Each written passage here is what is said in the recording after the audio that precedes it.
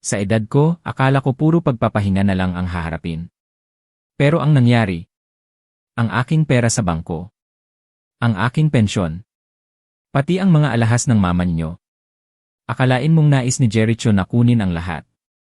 Para akong nawalan ng anak nang muling mawala siya sa akin. Ngunit ang isang ama, gaano man katanda, hindi susuko sa kanyang mga anak. May paraan pa. May paraan para singilin ang lahat. Bago mo marinig ang buong kwento ng isang amang nanahimik, mag-subscribe ka muna, baka dito mo marinig ang sarili mong tinig. Ako si Mateo. Nasa edad 62. Isang retiradong arkitekto na marami nang nakita, marami nang itinayo. Akala ko, kapag naitaguyod ko lang ang aking mga anak at nakita silang may sariling pamilya, wala na akong pagsisisihan sa buhay na ito. Ngunit dumating ang isang araw, natanto ko, may mga bagay na hindi lahat ng ibinigay mo ay babalik sa'yo. May mga pagmamahal na sa halip maging lakas, ay nagiging dahilan ng sarili mong pagkabulag. Hindi ko pa lubos na naiintindihan ang lahat ng panahong iyon. Ang sariwang amoy ng bagong pintura, ang gintong liwanag na dumaraan sa 15 pie na taas ng bintana ng gusali ng amparo, ay nagdulot sa akin ng kaunting kapayapaan. Kakalipat ko lang noon sa unit ng aking anak na si Jericho, 1 buwan pa lang. Pinilit niya ako. Sabi niya, Papa, hindi ka dapat nag-iisa. Kailangan mo ng kasama. Madaling paniwalaan ang mga salita niya. Lalo na't sariwa pa ang sakit. 4 na taon na ang nakalipas nang pumanaw ang aking asawa, ang mama ni Andrea. At pagkatapos si Andrea mismo. Ang aking bunsong anak na babae. Namatay daw sa labis na paggamit ng gamot. Isang trahedya. Isang sugat na hindi kailanman naghilom. Pero si Jericho, ang aking panganay, ang tanging natitira ko. Siya ang umasikaso sa lahat. Ang pulis, ang burol, ang libing. Ang lahat ng nakapanlulumong detalye na kinailangan kong iwasan dahil sa sobrang sakit. Isang araw pagkatapos ng aming paglipat, tumunog ang aking telepono. Isang hindi inaasahang tawag. Si Aling Nena, ang dating may-ari ng unit. Ang kanyang boses sa kabilang linya, nanginginig. May mali. Hindi ko maintindihan. Bakit siya natatakot? Mateo, halos pabulong niya. May nakalimutan akong sabihin sa'yo. Yung mga kamera. Naguluhan ako. Anong kamera? Wala akong nakitang kahit ano. Parang nagkaroon ng maliit na butas sa kapayapaan na akala ko ay nakita ko na. Ang kaba ay unti-unting gumapang. Nakalimutan kong patayin ang aking nakatagong security camera, patuloy niya, ang kanyang boses ay mas nagmamadali. Nakita ko kung ano ang ginawa ng iyong anak habang wala ka. Ang mga salitang iyon ay tumimo sa aking puso. Parang may pumilipit sa loob ko. Anong ibig niyang sabihin? Ginawa ni Jericho. Ang aking anak. Ang anak na pinagkatiwalaan ko ng aking buhay, ng aking kalungkutan. Kailangan mo akong makita agad, Mateo, sabi niya, halos desperado. At anuman ang gawin mo, huwag na huwag mong sasabihin sa kanya. Ang kanyang mga salita ay nag-iwan sa akin ng malamig na takot. Isang misteryo ang bumabalot. Hindi ko maintindihan ang lahat. Ngunit alam kong may malalim na mali. Ang katahimikan na sumunod sa tawag ay mas nakakabahala kaysa sa anumang sigaw. Naalala ko pa ang araw bago ang tawag na yon. Isang araw na puno ng pagdiriwang. Bagong simula, sabi ni Jericho. Kakabili lang niya ng unit na ito, ang dating tirahan ni Aling Nena. 4 na taon siyang nanirahan dito, ngunit nagpasya siyang lumipat sa probinsya.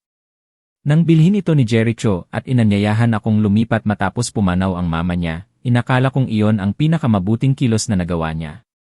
Hindi ka dapat mag-iisa, Papa, sabi niya, habang inaabot sa akin ang tsampag sa magandang sala na may matataas na kisam at gintong liwanag. Pagkatapos mawala ang aking asawa at si Andrea. Ang aking munting anak, patay 4 na taon na ang nakalipas dahil sa labis na paggamit ng droga. Si Jericho ang umasikaso sa lahat. Ang pulis. Ang libing. Ang mga detalye na hindi ko kayang harapin habang ako ay unti-unting bumabagsak. Para sa mga bagong simula, sabi niya. Naniniwala ako sa kanya. Iyon ay kahapon. Ngayong umaga, lahat ay nagkawasak-wasak. Hindi ko pa lubos na alam kung gaano kalaki. Kinabukasan, 7 oras nang nakalipas matapos ang tawag ni Aling Nena, nagpasya akong harapin siya. 7 oras na nagpabalik-balik sa aking isip ang bawat salita, bawat panginginig ng boses. Hindi ko maunawaan kung ano ang nakita niya. Ngunit alam kong kailangan kong malaman. Nagkita kami sa Liwasang Rizal. 7:00 ng umaga. Ang lamig ng hangin ay tumusok sa aking balat, ngunit mas matindi ang lamig na nadarama ko sa loob. Nakita ko si Aling Nena. Nakayuko siya sa isang bangko, halos lumubog sa kanyang malaking kapote. Nang makita niya ako, napaigtad siya. Parang isang takot na ibon. Dapat sinabi ko na sayo bago ka lumipat, Mateo, sabi niya, ang kanyang boses ay mahina, halos hindi marinig. Pero natakot ako. Sobra. Anong nangyayari, Aling Nena, tanong ko, ang aking puso ay kumakaba. Nanginginig ang kanyang mga kamay habang inilalabas niya ang isang maliit na tablet. Naglagay ako ng mga kamera, 4 na taon na ang nakalipas, paliwanag niya. Nang lumipat ako, nakalimutan kong idisable ang mga ito. Kagabi, habang tinitignan ko ang footage, ang kanyang boses ay nabasag. Hindi niya kayang tapusin ang pangungusap. May takot sa kanyang mga mata na hindi ko pa nakita kailanman. Panoorin mo na lang, pilit niya, inabot sa akin ang tablet. Ang video ay malabo, itim at puti. May petsa at oras sa ibaba.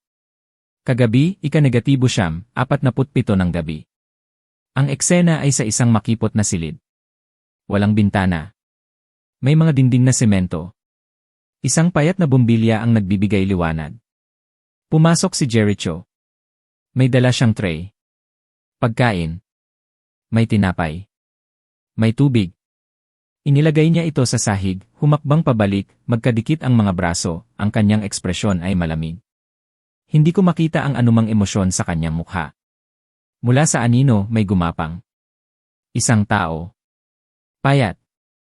Marumi. Gumagapang sa mga kamay at tuhod. Inabot nila ang pagkain. Nanginginig ang kanilang mga kamay. Desperado. Sinabi ni Jericho ang isang bagay, hindi ko marinig.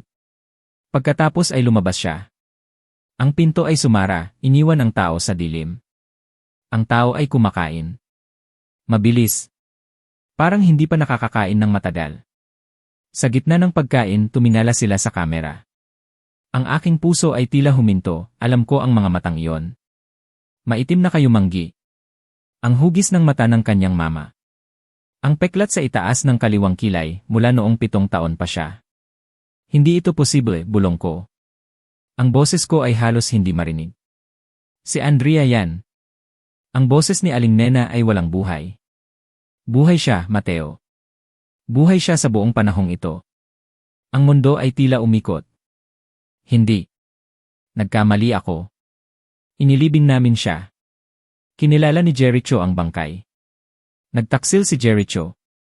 Nanginginig ang mga kamay ni Aling Nena. Niyakap niya ang aking braso. 4 na taon na ang nakalipas, lumapit siya sa akin. Sabi niya may problema si Andrea. Utang sa sugal. Mga mapanganib na tao. Kailangan niya ng lugar para itago siya. Babayaran niya ako para manatili rito. Magdadala ng pagkain. Panatilihing ligtas. Akala ko, tumutulong ako. Alam mo ito sa loob ng 4 na taon, tanong ko, ang aking boses ay nagbabago mula sa pagkalito patungo sa galit. Binantaan niya ako, Mateo. Sabi niya papatayin niya kaming dalawa. Ang luha ay dumaloy sa kanyang mukha. At Mateo, ang apartment, hindi kailanman sa akin. Binili ito ni Jericho sa pamamagitan ng isang shell company, inilagay sa aking pangalan. Ako ang gwardiya ng bilangguan. Iniabot niya sa akin ang isang piraso ng papel. May nakatagong silid sa likod ng bookshelf sa study. Electronic lock. Ang code ay ang kanyang petsa ng pagkamatay. Oktubre 15. Umualis si Jericho ng 7:00, umuwi ng 10:30. May 3 oras ka. Tinitigan ko ang nakapirming imahe. Ang aking anak. Ang bata na iniyakan ko. Buhay. Nakatira sa impyerno sa apartment na kakalipatan ko lang. Bakit ngayon, Aling Nena, tanong ko. Kasi nang tiningnan ko ang mga kamera, nandoon pa rin siya, kasama mo. Nakatira sa itaas niya. Tumayo si Aling Nena, lumayo. Kung malaman ni Jericho. Sinabi ko sa'yo, hahanapin niya ako. Ikaw na lang mag-isa. Naglaho siya sa karamihan. Naiiwan ako, hawak ang papel, nakatingin sa gusali ng Amparo, na bumangon tulad ng isang magandang kasinungalingan. Sa isang lugar sa loob, naghihintay ang aking anak. At sa isang lugar sa loob ay ang aking anak, ang lalaking pinagkatiwalaan ko. May 3 oras ako bago umuwi si Jericho. 3 oras upang hanapin ang aking anak at malaman kung ano ang gagawin sa halimaw na pinalaki ko, ang apartment. Nang makabalik ako doon, para itong bitad. Ang lahat ay mukhang pareho. Ang tasa ng kape ni Jericho sa lababo. Ang sinag ng araw na dumadaan sa bintana. Ngunit ngayon, iba na ang tingin ko. Hindi ito tahanan. Ito ay isang hawla. At sa likod ng mga pader na ito, nakalibing ng buhay ang aking anak. Alas 7:45. 15 minuto pa lang nakalipas nang umalis si Jericho. Mayroon akong hanggang alas 10:30. Ang study. Sa dulo ng pasilyo. Guwapo. Madilim na wood paneling. Kahapon, mukha itong marangal. Ngayon, nakita ko na kung ano talaga ito. Isang pinto patungo sa impyerno. Ang bookshelf. Nakakover sa hilagang dingding mula sa sahig hanggang kisam. Puno ng mga leather na libro. Hinila ko ang mga libro ng walang pag-aalinlangan, naghahanap. Sabi ni Aling Nena, ang panel ay nasa likod ng gitnang istante. Nandoon. Isang maliit na electronic keypad. Halos hindi makita. Ang mga numero ay nagliliwanag ng bahagyang asul. Nanginginig ang aking mga kamay habang inilalagay ko ang code. Oktubre 15. Ang araw na inilibing namin ang isang walang laman na kabaong. 3 segundo. Pagkatapos, isang mahinang pag-click. Ang bookshelf ay bumukas papasok. Ang amoy. Iyon ang una kong napansin. Amoy luma. Pawis. Dinalabhang balat. Isang bombilya ang nagkislap. Ang silid ay marahil 8 piye sa 10. Makipot. Walang bintana. Isang manipis na kutson na may kulay abong kumot. Isang mesa na may 3 monitor, madilim ngunit may bakas ng paggamit. Mga balat ng protein bar. Isang bote ng tubig, kalahating puno. Lahat ay maayos. Organisado. Isang selda na nagkukunwari na hindi selda. Ngunit wala si Andrea. Tumayo ako sa walang laman na silid, humihinga ng mabilis.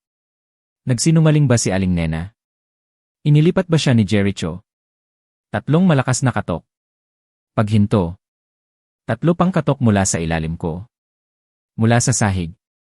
Huminto ang aking puso. Alam ko ang pattern na yon. Noong 7 taong gulang si Andrea, tinuruan ko siya ng Morse code. Gumawa siya ng sarili niyang bersyon. 3 katok ay nangangahulugang kailangan kita. Napaluhod ako. Andrea. 3 katok. Mas malakas. Apurahan. Ginutay ko ang mga floorboard, naghahanap ng puwang. Nandoon. Isang tabla. Mas bago kaysa sa iba. Kinuha ko ang letter opener mula sa mesa ni Jericho at isiningit sa ilalim ng gilid. Ang tabla ay umangat. Sa ilalim ay dilim. At paghinga. Andrea, paparating na ako. Ang butas. Halos 2 pie lang ang lapad. Ibinaba ko ang aking sarili, ang aking mga paa ay nakakapa ng malamig na metal na tubo, ductwork, isang service tunnel. Nagtrabaho ako sa mga sistemang ito sa buong karera ko. Alam kong umiiral ang mga ito sa mga lumang gusali tulad ng gusali ng Amparo. Hindi ko kailanman naisip na kaya nitong itago ang isang tao. Binuksan ko ang flashlight ng aking telepono. Ipinakita ng sinag ang isang makipot na daanan. Halos 3 pie lang ang taas. May mga tubo sa kisame, tumutulo. Ang mga dingding ay sapat na lapit upang mahawakan. Yumuko ako sa aking mga kamay at tuhod at gumapang. Amoy kalawang at amag ang tunnel. May tumutulo na tubig sa unahan. Ang aking ilaw ay nagtalbog sa metal at semento, lumilikha ng gumagalaw na anino. Ang espasyo ay napakasikip, kinailangan kong itagilid ang aking mga balikat, ngunit patuloy akong gumapang. Dahil sa dilim na ito, nandoon si Andrea. Paparating na ako, anak, bulong ko. Ang tunel ay kumurba pakaliwa, pagkatapos ay pakanan. Nawalan ako ng direksyon. Ang gusali ng Amparo ay napakalaki, itinayo noong 1904. May mga layer ng utility corridor at mga nakalimutang espasyo. Nakahanap si Jericho ng isa at ginawa itong libingan. Ang paghina ay lumalakas. Gumapang ako sa paligid ng isang junction ng mga tubo at huminto. Naka-curled siya sa dulo ng dingding, kung saan nagtagpo ang dalawang tubo. Nakasiksik sa pinakamaliit na espasyo. Sa malakas na ilaw ng aking telepono, nakita ko ang buhok na gupit-gupit, mapusyaw na kulay ginto. Balat na maputla na parang papel. Damit na punit-punit. Hindi siya gumalaw. Hindi tuminala. Naka-curled lang. Parang sinusubukan niyang maglaho sa metal. Dahan-dahan akong gumapang. Maingat. Andrea. Walang galaw. Ngunit ang paghinga ay bumilis. Takot na paghinga. Anak, ako ito. Si papa mo. Ang boses ko ay nabasag. 4 na taon. 4 na taon siyang narito sa dilim habang nagluluksa ako sa isang kasinungalingan. Iniabot ko ang aking kamay. Nanginginig sa sinag ng flashlight. Gumapang ako sa dilim, sumusunod sa tunog ng paghinga. Sa dilim na yon, may natutunan ako. Ang boses ng isang anak ay higit pa sa anumang hadlang. Ikaw, mga kababayan ko. Gumapang ako sa dilim. Puno ng amoy ng lupa. Ng kalawang. Naglalakbay sa mga lumang tubo. Bawat galaw ko ay mabigat. Pero patuloy ako. Dahil sa dulo ng dilim na ito, may paghinga. Paghinga ng aking anak. Narating ko ang dulo. Nakita ko siya. Naka-curled siya. Masikip. Sa pader. Kung saan nagtatagpo ang dalawang tubo. Payat na payat. Halos hindi ko siya makita. Sa malakas na sinag ng aking telepono, para siyang anino. Hindi isang tao. Buhok niya. Kulay ginto. Ngayon, gusot. Dikit-dikit. Ang balat niya. Mapusyaw. Kulay abo. Hindi na kulay buhay. Nangingibabaw sa mga buto niya. Nakasabit ang marumi niyang shirt at sweatpants. Mga damit na para sa isang tao na doble ang laki niya. Hindi siya tumingala. Kahit nandoon na ang ilaw. Lalo pa siyang sumiksik. Sa malamig na bakal. Parang sinusubukan niyang maglaho. Huwag po, halos bulong niya. Ang boses niya. Basag. Magaspang. Papabilis ko pa po ang trabaho. Huwag niyo po akong saktan. Kumirot ang puso ko. Ganito na ba siya katagal? Na iniisip niyang sasaktan ko siya. Ang aking anak. Andrea. Ang pangalan niya. Nag-ugat sa lalamunan ko. Anak, ako ito. Si papa mo. Huminto siya. Matagal. Hindi gumalaw. Hindi huminga. Pagkatapos, dahan-dahan niyang inangat ang ulo niya. Ang mga mata niya. Malalim. Parang kinalawang. Pinaloob ng gutom. Pinamamanhid ng mga taon sa ilalim ng lupa. Ngunit alam ko ang mga matang iyon. Mga mata ng aking anak. Papa. Ang salitang iyon. Halos walang tunog. Hindi. Hindi ito totoo. Totoo ito, anak. Totoo ako. Pinakita sa akin ni Aling Nena. Alam ko na ang lahat. Bumagsak ang mukha niya. Parang 4 na taon ng pagpipigil sa sarili. Sabay-sabay na nawasak. Ang tunog na ginawa niya. Hindi iyon hagulgol. Hindi iyon sigaw. Iyon ay purong sakit. Kumirot ang aking dibdib. Lumundag siya. Pagkatapos ay bumagsak. Sa aking mga bisig. Niyakap ko siya. Habang nanginginig siya. Umiiyak. Bawat buto niya.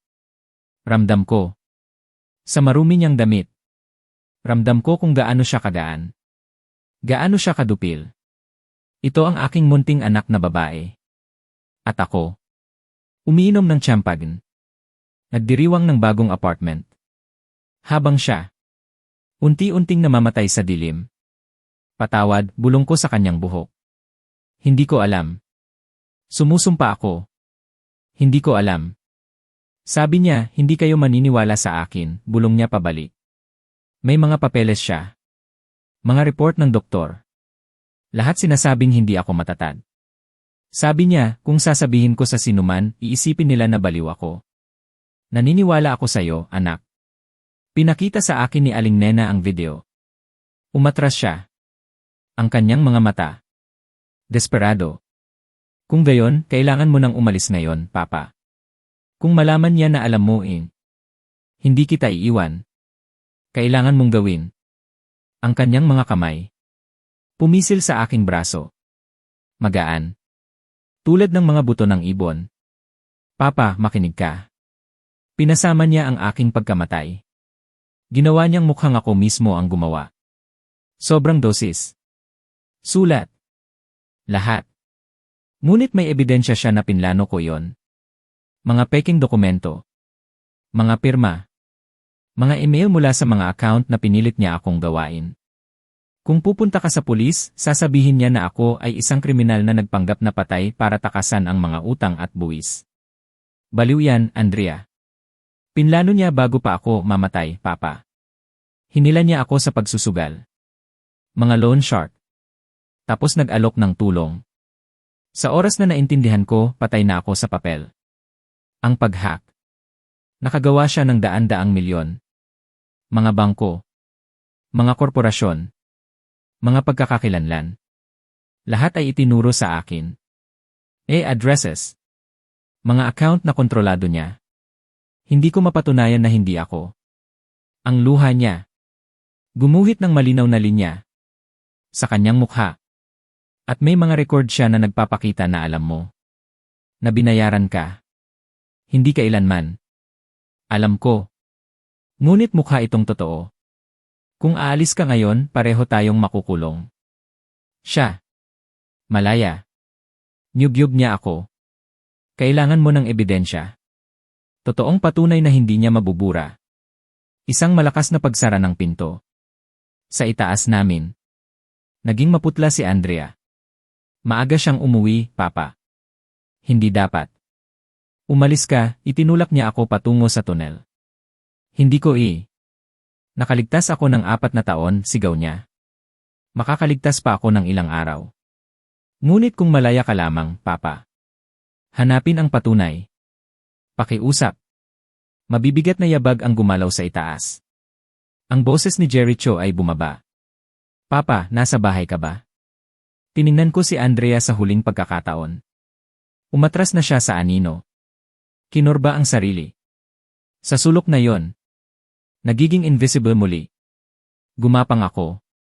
Sa tunnel. Ang aking mga tuhod. Nanginginig. Ang aking puso. Humahampas. Tumawid ang mga yabag sa apartment sa itaas. Lumalapit sa study. Narating ko ang butas. Hinila ang aking sarili. Itinulak ang tabla pabalik. Nanginginig ang aking mga kamay. Habang ibinabalik ang mga libro. Ang nakatagong pinto. Nakabukas pa rin. Papa! Muling tawag ni Jericho. Ibinagsak ko ang istante. Bumagsak sa pasilyo. Habang ang susi niya ay umikot sa pintuan sa harap. Halos hindi ako nakabalik. Mayroon akong mga segundo. Ngunit ngayon alam ko na ang katotohanan. At kailangan kong gamitin ito, nakarating ako sa sala bago pumasok si Jericho. Huminto siya sa pintuan. May briefcase sa isang kamay. Mga susi sa isa pa. Ang kanyang mga mata. Dumiretso sa aking mga kamay. Pagkatapos sa aking mga tuhod. Pagkatapos ay bumalik sa aking mukha. Tumingin ako sa ibaba. Ang aking mga palad. Kulay abo. Sa alikabok. Ang aking mga tuhod. Maitim. Sa dumi. Mula sa paggapang sa tunnel. Eksakto akong mukhang kung ano ako. Isang lalaking naghuhukay sa nakatagong bituka ng isang gusali. Papa. Dahan-dahang inilapag ni Jericho ang kanyang briefcase. Ano ang ginagawa mo? Maaari akong magsinungaling. Dapat akong magsinungaling. Ngunit ang imahe ni Andrea. Naka-curled. Laban sa mga tubo. Payat. At takot. Sinunog ang bawat maingat na pag-isip. Bakit mo ginawa ito? Tanong ko. Ang boses ko. Malalim.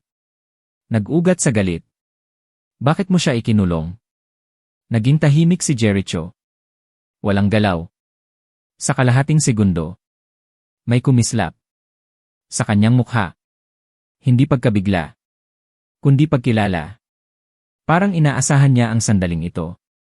At nadismaya na dumating ito ng maaga.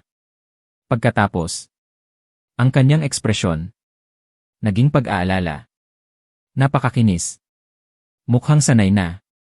Papa. Humakbang siya palapit sa akin. Iniabot ang kanyang kamay. Anong sinasabi mo? Si Andrea. Alam kong nandito siya.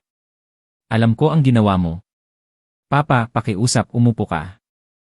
Ang boses niya. Malambot. Banayad. Parang nakikipag-usap sa isang. Sa gitna ng aking sariling kaguluhan, may nakilala akong isang babae. Ang kanyang kwento ay parang alon na humampas sa aking kaluluwa. Isang kwento ng pagtataksil, ng lakas, at ng laban para sa sarili. Nagsimula ito ng araw na umalis si Lina, ang babaeng ito, sa bahay ng kanyang asawa. Si Lina. May pag-asa sa kanyang mga mata. Ngunit may takot din kakalabas lang niya noon sa kanilang tahanan, na akala niya ay kanyang kapayapaan. Ngayon, nagmamaneho siya. Ang Toyota Race niya. Tumutulak sa malakas na ulan. Papunta sa Baguio City. Nais niyang lumayo. Mag-isip. Makahanap ng sagot. Malakas ang buhos ng ulan. Parang umiiyak ang langit. Kasabay ng pagkabigat ng kanyang puso. At doon, sa gitna ng unos, tumunog ang kanyang telepono. Isang numero na hindi niya kilala. Nag-atubili siya. Ngunit sinagot niya. At sa kabilang linya, isang boses na magaspang. Malamig. Puno ng banta. Lina, sabi ng boses. Si Cafredo. Ang pinuno ng mga buwaya sa lupa. Ang mga taong pinagkautangan ni Marco. Alam kong patungo ka sa Baguio. Ang daan ay bako-bako at madilim. Baka masira ang kotse mo doon. Kumalabog ang puso ni Lina. Hindi ito ordinaryong banta. Alam ni Cafredo ang kanyang plano. Ang kanyang ruta. Para itong isang laro. Isang masamang laro. Kung saan siya ang hinahabol. Si Marco. May utang na 12 milyong piso sa akin. Nasa pangalan mo rin ang ilang papeles. Kailangan mong magbayad, Lina. 12 milyong piso. Isang bundok. Bumagsak sa kanyang balikat. At si Marco. Ang asawa niya. Ang lalaking pinagtiwalaan niya. Ginawa na naman siyang biktima. Si Barbara, patuloy ni Cafredo, at doon, naintindihan ni Lina. Ang lahat. Siya ang nagbigay ng impormasyon. Dahil isinukol mo siya, Lina. Hindi mo siya pinatawad. Si Barbara. Ang kabit ni Marco. Ang lahat ay laro. Pinlano. Muli. Pinlano siyang isukol. Naramdaman ni Lina ang lamig na gumapang sa kanyang likod. Ito ay higit pa sa utang. Ito ay personal. Gusto nilang saktan siya. Ipaghiganti. Hindi siya nag-aksaya ng panahon. Dali-dali niyang tinawagan si Atty. Cruz. Ang kanyang abogado. Pagkatapos si Javier Garcia. Ang taong noon lang niya nakilala. Ngunit may tiwala siya rito. Mabilis ang reaksyon ni Javier. Matalino. Walang sinayang na segundo. Lina, may iya ang sasakyan mo. Nilagay ni Marco. Sinusubaybayan ka niya. Ang panibagong pagtataksil. Parang walang katapusan. Ngunit hindi na siya susuko. Gawin nating bitag ang bitag na ito, Lina, sabi ni Javier. Ang kanyang boses. Kalmado. Determinadong. Nagplano sila. Dali-dali. Sasama si Lina sa isang ruta. Isang ruta na liblib. Sa likod ng isang stadium. May mga bagong sisiye. Nakakabit. Magiging kamera niya yon. Si Javier at si Atty. Cruz. Susunod sa likod. Magre-record. At tatawag sa hepe ng pulisya. Si Chief Supt. Suarez. Bumalik si Lina sa kanyang sasakyan. Ang ulan ay humina. Ngunit ang kaba ay lumakas. Dumaan siya sa liblib na daan. Ang bawat liko. Nagdadala ng panganib. At doon. Sumulpot sila. 2 motorsiklo. Isang lumang sasakyan. Hinarang siya. Sa gitna ng daan. Bumaba si Kafredo. May mahabang peklat sa kanyang mukha. Hawak niya ang isang baseball bat. Ang kanyang mga mata, puno ng galit, ng pagbabanta. Sinusubukan niyang basagin ang salamin ng kanyang sasakyan. Nanginginig si Lina. Ngunit hindi siya susuko. Hindi na siya ang dating Lina. Kinilabutan siya. Pero may lakas siyang huminga. Binuksan niya ang kanyang telepono. Pribadong live stream. Nakalive ako ngayon. Ang kanyang boses. Malakas. Tumagos sa salamin. May libo-libong nanonood. Kapag hinawakan niyo ako, kulungan ang bagsak ninyo. Nabigla si Kafredo. Ang kanyang mata. Nanlaki. Hindi niya inaasahan ito. At doon, sumupot si Javier. Ang kanyang Ford Ranger. Sumugod. Huminto. Sa tabi ng sasakyan ni Lina. Pinrotektahan siya. Bumaba si Javier. Nakasuot ng vest. Ang kanyang tingin. Malamig. Determinado. Hinarap niya si Kafredo. Walang takot. Si Attorney Cruz. Sumunod din hawak ang telepono. Tinawagan si Chief Supt. Suarez. Ang boses niya. Malakas. Naririnig ng lahat. Naging putla si Kafredo. Nataranta. Mabilis siyang umalis kasama ang kanyang mga tauhan. Umalis. Naglaho sa dilim. Matapos silang mawala. Bumaba si Lina sa kanyang sasakyan. Ang kanyang mga paa. Nanginginig. Hindi niya kayang tumayo. Bumagsak siya. Umiyak. Mga luha na matagal nang pinigilan. Mga luha ng takot. Ng sakit. Ng pagod. Dahan-dahan. Lumapit si Javier. Hinaplos ang kanyang balikat. Hindi ka nagkamali, Lina. Pinili mo lang ang maling tao para pagkatiwalaan. Pero tapos na. Nandito ako. Walang makakasakit sa'yo. Sa mga salitang iyon, naramdaman ni Lina ang kaunting kapayapaan. Ang isang kabanata ng kanyang buhay. Tapos na. Pero ang laban. Hindi pa, akala ni Lina, tapos na ang lahat pagkatapos ng insidenteng iyon. Ngunit ang mga buwaya ay hindi sumusuko ng ganoon kadali. Lalo na kung mayroon silang bago. Isang bagong sandata. Ang internet. Inihatid ako ni Javier sa isang ligtas na apartment. Malayo sa lahat. Ngunit kinabukasan, doon, nagsimula ang isa pang laban. Isang laban para sa kanyang pangalan. Para sa kanyang dangal. Habang nagbabasa si Lina, nakita niya ang isang mahabang post sa social media. Mula sa isang anonymous account. Ang pangalan ng account. Ang katotohanan ng Manila. Ito ay puno ng kasinungalingan. Mga paratang. Sinasabi na si Lina ay may kabit. Si Javier. Na siya ang nagplano ng lahat. Upang hiwalayan si Marco. At kunin ang lahat ng ari-arian. Ang post may kasamang mga larawan. Mga larawan niya at ni Javier.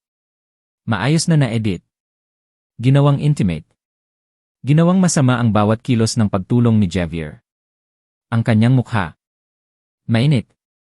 Sa galit. Hindi lang siya ang sinisira. Idinamay nila si Javier. Hindi siya nag-aksaya ng panahon. Tinawagan niya si Javier. Mabilis si Javier. Sinusubaybayan niya ang e-address. Ang prepaid number. Gumamit sila. Ang parehong tao. Si Barbara, Lina. Siya ang gumawa. Hindi lang ikaw ang sinisira niya. Idinamay niya na rin ako. Ginagamit niya ang reputasyon ko para pabagsakin ka. Ang galit. Kumulo sa kanyang loob. Hindi na ito personal. Ito ay tungkol sa mga taong tumulong sa kanya. Hindi, Javier. Hindi ko hahayaang saktan niya ang sinumang tumulong sa akin. Kailangan kong labanan ito ng mag-isa. Ngunit may iba siyang plano. Hindi na siya magtatago. Hindi na siya susuko. Kailangan ko ng live stream, sabi niya.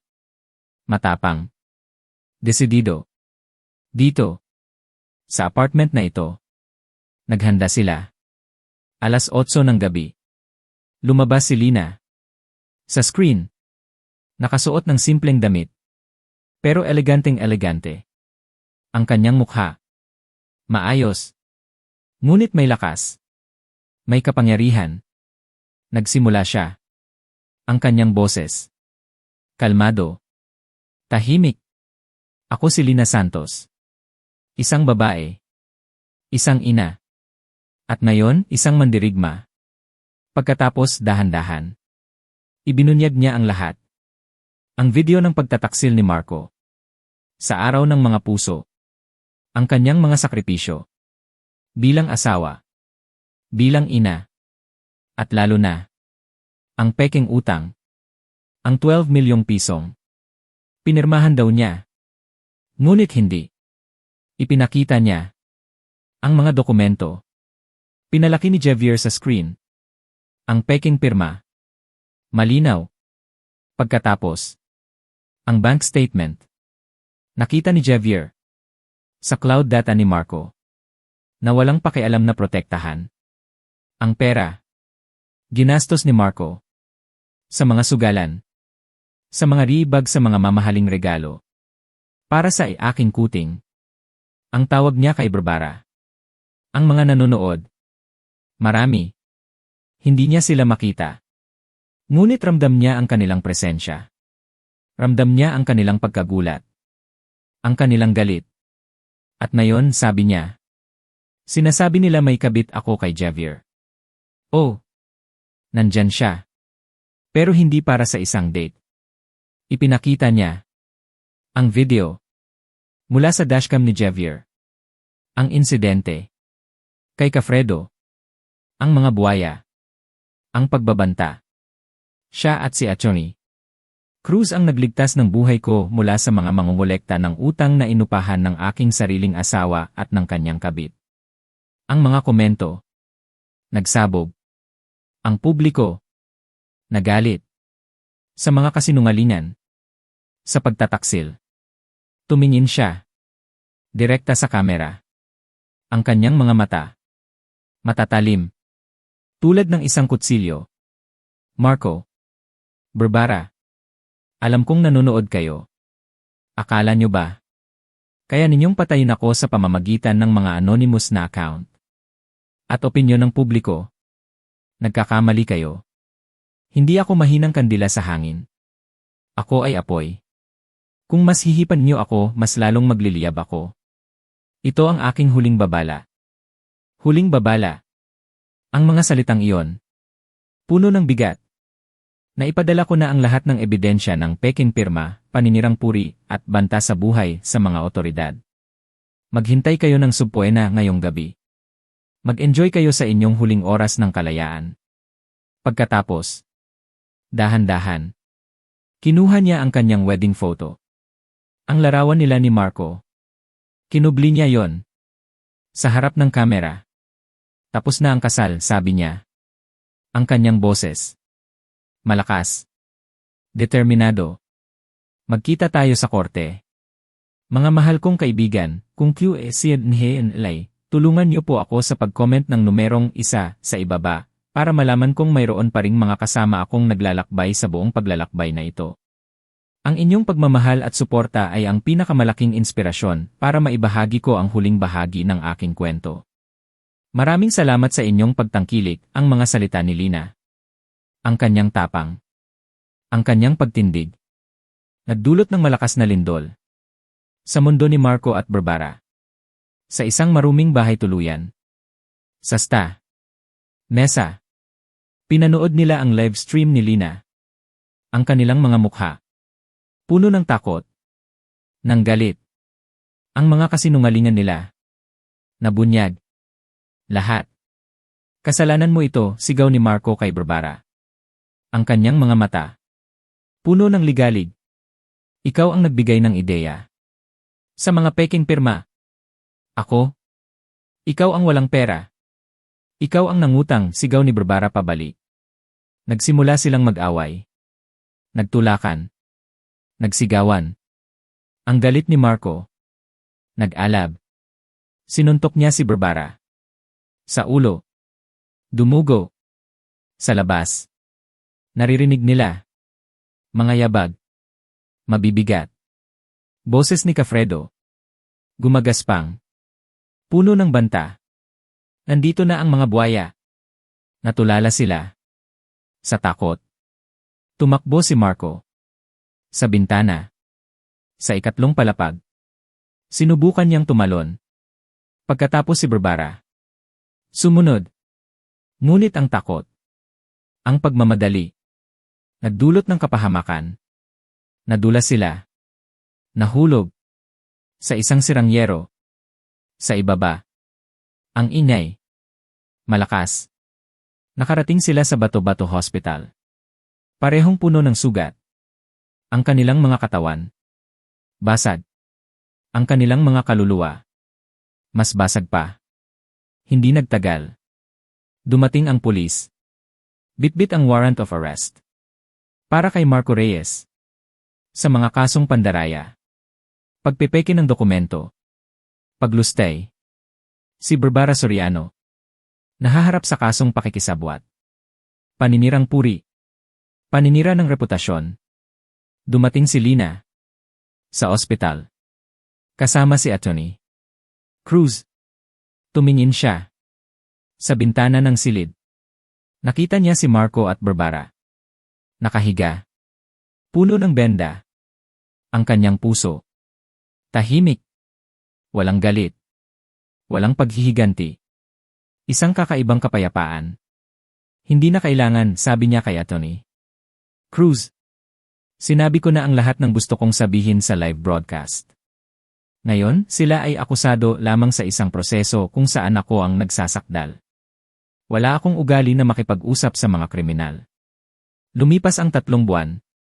Ang hatol. Ipinahayag. Sa Manila Regional Trial Court. Si Marco Reyes. 7 taon sa bilangguan ng Muntinlupa. Siya rin ang responsable. Sa 12 milyong pisong utang. Si Barbara Soriano. 2 taong probasyon. At patuloy na iniimbestigahan. Sa paninirang puri. Ang kanyang karera. Ang kanyang kinabukasan. Wasak. Sa Maynila. Binati si Lina ni Atty. Cruz. Ang kanyang mukha. Puno ng ngiti. Tapos na, Lina. Legal ka ng isang single at malayang babae. Protektado ang iyong mga pribadong ari-arian. At hindi mo kailangang pasanin ang isang sentimo man lang ng utang ng iyong ex-asawa. Huminga si Lina. Malalim. Ang kanyang puso. Gumaan. Isang kabanata. Nagtapos. Isang bagong pahina. Nagbubukas, hindi pa lubos na natapos ang lahat. May isang huling kabanata. Para kay Lina. Isang pagpapaalam. Hindi para sa paghihiganti. Kundi para sa kapayapaan. Nagmaneho si Lina. Patungo sa lumang bahay. Sa Ayala Avenue. Ang bahay. Na minsan niyang tinawag na tahanan. Ngayon. Malungkot. Ang mga halaman. Lanta. Ang bakuran. Hindi na alaga. Doon niya nakita. Sina Mang Rogelio at Aling Lourdes. Ang mga magulang ni Marco. Mas matanda na sila. Mas payat. Balot. Sa utang. Si Aling Lourdes. Lumuhod. Sa harap ni Lina. Lina, anak. Pakiusap. Tulungan mo si Marco. Tulungan mo kaming magbayad ng utang. 12 milyong piso. Hindi namin kaya. Tiningnan ni Lina. Ang matandang babae. Ang kanyang puso. May kaunting peghati. Ngunit ang kanyang isip. Malakas. Matatag. Dahan-dahan. Itinayo niya si Aling Lourdes. Inay. Itay. Hindi ako hukom. Hindi ko hinatulan si Marco. Ang batas ang naghatol sa kanya. Ginawa niya ang krimen. Walang sinuman ang may karapatang samantalahin ang kabutihan. Ang boses niya. Kalmado. Ngunit puno ng katotohanan. Hindi ako mayaman. Ang perang pinaghirapan ko. Ginastos ko para alagaan kayo. Para ayusin ang bahay na ito. Pero ano ang natanggap ko? Isang video ng pagtataksil sa araw ng mga puso. At isang bundok ng utang na bumagsak sa akin mula sa langit. Iniabot niya ang lumang susi ng bahay. Inilapag niya sa mesa nang hindi na nila pag-ari. Tumalikod siya. Umalis. Hindi siya lumingon dahil alam niya ang kanyang kinabukasan. Nasa harapan niya. Nagsimula siyang muli sa Prime Broadcasting Network. Si Lina, promoted content director. Ang kanyang proyekto, mga babae at pagsasarili. Nagtagumpay. Malaki. Nagdala ng maraming kontrata sa kumpanya. At si Javier, laging nandoon. Tahimik na sumusuporta. Ang kanyang presensya, isang angkla sa kanyang bagong buhay. Inanyayahan siya ni Javier. Isang gabi sa Intramuros Walls. Ang luma, makasaysayang pader ng Manila. Ang araw, palubog, kulay ginto, pula, sa kalangitan. Doon, nagbigay si Javier ng isang silver bracelet.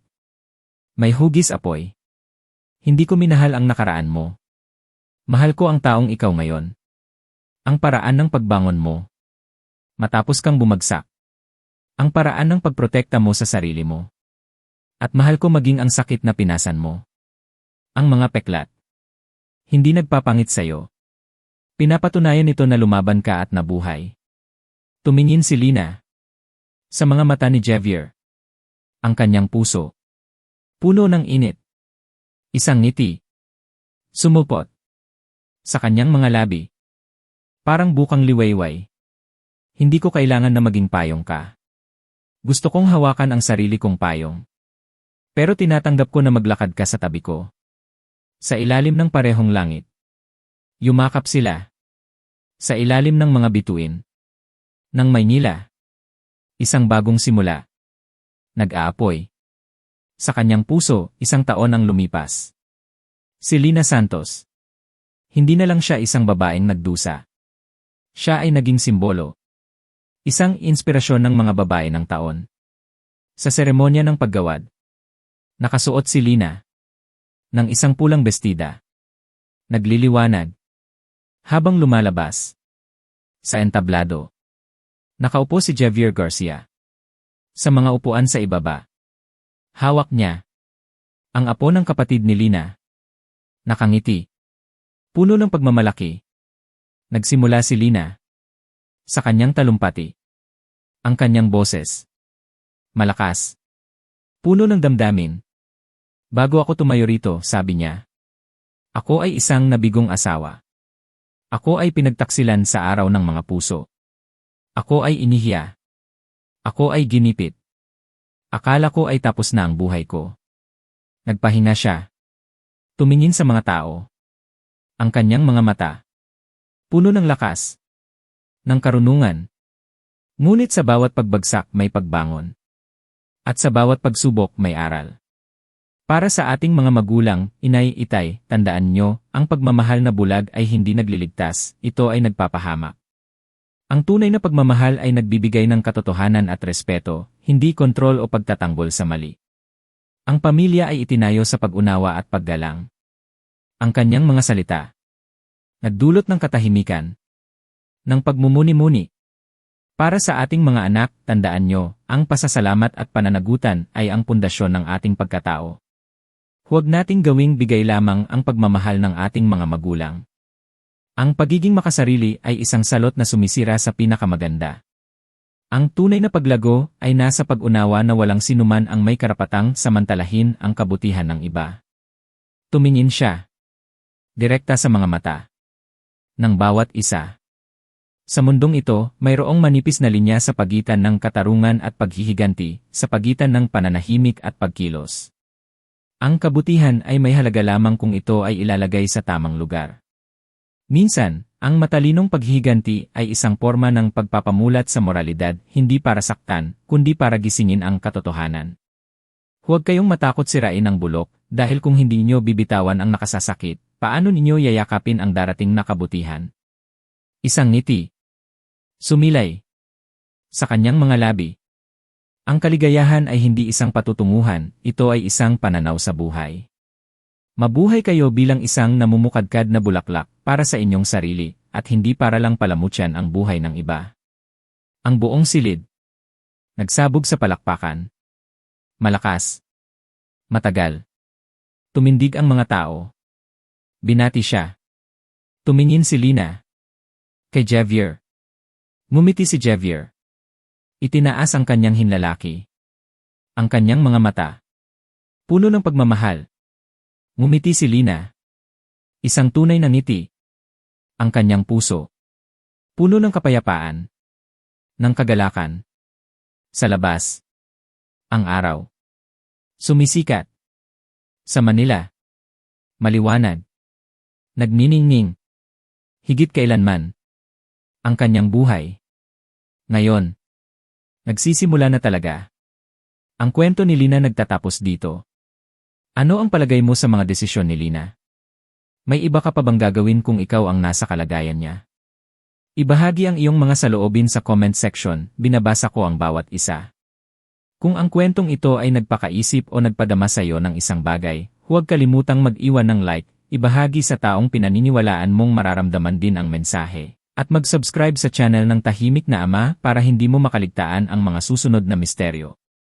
Magkita-kita tayo sa susunod na kwento, at sino ang nakakaalam, sa susunod na pagkakataon baka ikaw mismo ang may-ari ng lihim na ilalahad.